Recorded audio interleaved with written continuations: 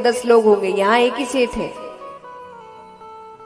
लेकिन अगर यहां आने के बाद भी व्यक्ति अपने बारे में सोच रहा है तो वो अहंकार है। तो जो ताली अच्छे से बजाता है उसका इतना तो है कि यहां तो अहंकार नहीं लेकर आ रहा, यहां वो भक्ति में है। तो ताली आपको अहंकार से मुक्त करती है।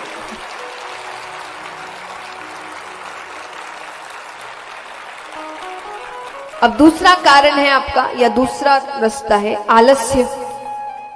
अब देखिए, जब कथा होती है तो कथा में बहुत देर तक कहानी कथाएं चल रही है, यानी आपको सुनना है। तो व्यक्ति बैठा रहता है चुपचाप। अब चुप इतनी देर आप चुप बैठेंगे और सिर्फ सुन रहे, तो थोड़ी बहुत एक दो झपकी तो लगी जाती है। तो क्योंकि आलस आता है, तो इसलिए कहा जाता है कि जब बीच में भजन आए तो आप इतने अच्छे से ताली बजाइए कि वो एक ऊर्जा पैदा करे आपके शरीर में, जो आपको कुछ समय तक आलस से दूर रखे। हर कुछ देर में एक भजन तो आ ही जाता है, वो क्योंकि आपके अंदर एक ऊर्जा, लेकिन वो तभी होगी जब भजनों में आप अच्छे से ताली बजाएंगे। तो आपके आलस को ताली दूर करती है। तीसरा होता है कि कई बार आपके आसपास ही ऐसे जीव जंतु बैठ जाते हैं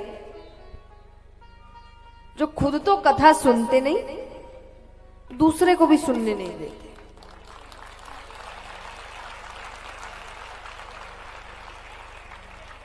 हर थोड़ी देर में सुपारी लें, सौंफ लें, पानी लें, किस गांव से, परिवार में कितने लोग, अरे इनकी अपनी कथाएं चल रही है। ऐसे लोगों के लिए कहानी आती है कि जो कथा में तो आते हैं पर फिर भी आके कुछ निहाल नहीं करते। कि एक बार दो दोस्त थे, तो उनके गांव में कथा होने वाली थी, तो दोनों बड़े खुश थे। लेकिन मतलब दुर्भाग्य से एक दोस्त को किसी काम से उसी वक्त दूसरे शहर जाना था और जरूरी काम था। तो उसने कहा अपने दोस्त से कि तुम तो जाना, तुम तो कथा सुनना, मेरी तो मजबूरी है। उसने कहा ठीक है। अब वो कथा हुई। ये कुछ दिनों बाद दोस्त वापस आया, अपने दोस्त से मिलता है कि तुम गए थे कथा सुनने? बोले हाँ गया था। बोले कैसी कथा हुई? बोले बहुत अच्छी कथा हुई, इतना आनंद आया, मैं रोज गया था, मैंने सारी बातें सुनी, इतनी अच्छी अच्छी बातें बताई गई। अब वो बहुत तारीफ कर रहा है, तो इसको लग रहा है कि, तो इसने कहा एक दो बात बताओ ना, ऐसा क्या तुमको सबसे अच्छी बात कौन सी लगी? तो उसने कहा अरे बहुत अच्छी कथा हुई, बहुत अच्छी बात बताई गई। अरे वो कही तो एक दो बात बताओ तो। बोले वो याद नहीं, पर कथा अच्छी हुई। तो फिर क्या ही सुना? जब तुम्हें एक बात भी ठीक से याद नहीं कथा की, तुमने क्या सुना? तो ये वो लोग हैं जो वहां जाके अपनी अलग कथा कर रहे हैं। तो बाहर निकल के भले ही बोलेंगे अच्छी कथा हुई, पर यहां बैठने के बाद कुछ याद नहीं, क्योंकि वो इससे बात कर रहा, वो उससे बात कर रहा, वो इससे कथा, इससे। तो ये जीव जंतु है अलग अलग। तो ये आपको कब सताएंगे? जब आप भी चुपचाप बैठे इधर उधर देख रहे हैं, कभी उसको देखे कभी इसको देखे, तो इसको लगता है इसको सताते हैं, ये अपने जैसा लग रहा है। लेकिन आप भक्ति में लीन होंगे, आप पूर्ण रूप से कथा में होंगे, ताली बजा रहे हैं, तो आपको परेशान, फिर वो अपने जैसा कोई और ढूंढेंगे। तो ताली आपको भगवान की ओर करीब लेकर जाती है। तो उन्होंने इसीलिए पहली ताली बजाई। जितने जीव जंतु थे कैलाश पर्वत छोड़कर चले गए। फिर महादेव जी दूसरी ताली बजाते हैं। तो महादेव जी का त्रिशूल कैलाश पर्वत की 3 बार परिक्रमा करता है कि कोई छिपकर तो नहीं बैठा। अमर कथा है ना।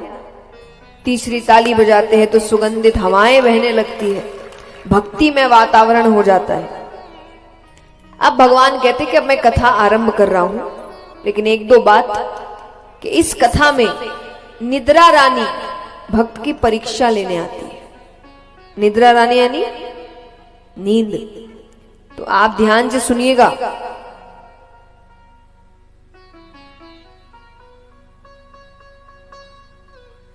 यहां बैठे बैठे देखने से ठीक हो जाएगा।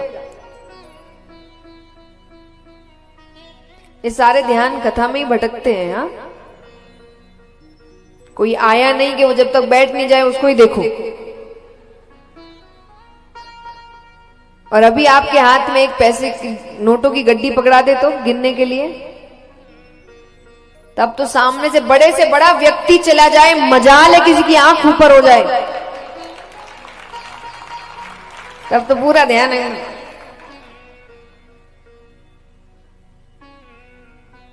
तो यहां पर भगवान ने कहा कि आप ध्यान से सुनिएगा, क्योंकि अगर ध्यान भटकेगा तो निद्रा रानी अपनी गोद में, माता ने कहा मैं ध्यान से सुनूंगी। फिर भी महादेव जी कहते काम करते हैं कि क्या पता मैं ही कथा सुनाते सुनाते आंखें बंद कर लूं, लीन हो जाऊं, तो आप ना हर थोड़ी देर में स्वामी स्वामी स्वामी कहते रहिएगा।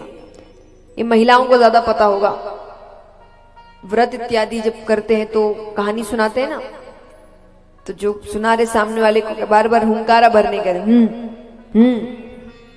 तो ये महादेव जी का शुरू किया हुआ है कि पता चलता रहे कि सामने वाला सुन रहा है। माता ने कहा ठीक है। अब वो कथा आरंभ करते हैं। आरंभ करने यानी उसी वक्त उस पेड़ के ऊपर एक सूवे का अंडा पड़ा है। सूवा यानी तोता, उसी वक्त फूटता है, उसमें से एक शूक बालक निकलता है, वो भी बैठकर कथा सुन रहा है। थोड़ी देर तो महादेव जी ने आंखें खोल के कथा सुनाई, फिर उन्होंने आंखें, अब वो कथा सुना रहे हैं पर उनकी आंखें बंद है। और माता ने भी थोड़ी देर तो कथा सुनी, थोड़ी देर बाद सो गई। पर महादेव जी रुक ही नहीं रहे। क्यों नहीं रुक रहे? तोते का यह स्वभाव होता है कि कोई शब्द बार बार सुन ले तो वो दोहराने लगता है। अब माता तो सो गई, अब वो शुक बालक कह रहा है स्वामी स्वामी स्वामी। और ये भक्ति की चरम सीमा है कि महादेव जी को उस तोते की आवाज माता की आवाज लग रही है। यानी वो इतने लीन है, उनके बस कान में आवाज जानी चाहिए। कथा सुनाए जा रहे हैं। अंत में उन्होंने किसी प्रसंग से अपनी आंखें खोली कि आपने क्या समझा। अब देवी तो नींद में, उनको उठाते हैं। माता ने कहा मुझसे आप फिर से सुनाइए, मैं अब नहीं सोऊंगी। भोले बाबा ने कहा वो तो ठीक है, पर अगर आप सो रही थी तो इतनी देर से हम स्वामी कौन कर रहा था? इधर उधर देखते हैं, नजरें ऊपर जाती है। अब भगवान को लग रहा है कि इसने चोरी से कथा सुनी। ये मायावी है कि त्रिशूल जब परिक्रमा किया उसमें भी ये नहीं आया, तो इसने चोरी से, तो वो क्रोधित है। अब आगे आगे शुक बालक और पीछे पीछे हाथ में त्रिशूल लेकर महादेव जी। अब वो देवताओं के पास जाए पर कोई मदद करने को तैयार। कौन महादेव जी से बैर लेवे? महाकाल है। तो कहते हैं कि जब दैत्यों से संकट आए तो देवताओं के पास जाओ, पर जब देवता से ही संकट हो तो, जब देवता से संकट आए तो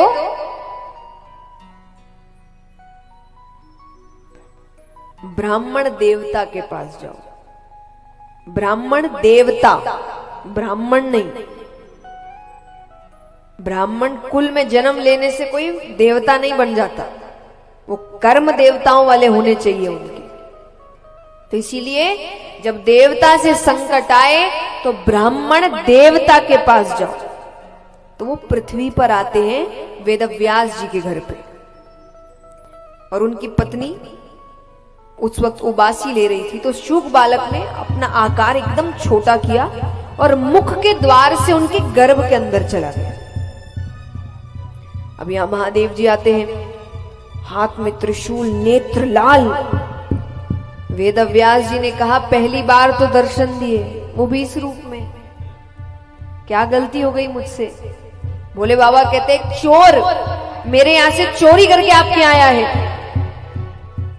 वेदव्यास जी ने कहा चोरी आपके यहां? चुराने को है ही क्या? भोले बाबा कहते क्या मतलब? अरे बोले मतलब आप तो बिना मांगे ही दे देते हैं, कोई आपके यहां क्यों चुराएगा? और आप तो ऐसे ऐश्वर्य का जीवन भी नहीं जीते, अब खाने की वस्तु चुराई हो आपके यहां, उसके लिए इतना क्रोध। भोले बाबा कहते उसने अमर कथा चोरी से सुनी है, मैं उसे मृत्यु दंड देकर रहूंगा। वेद व्यास जी कहते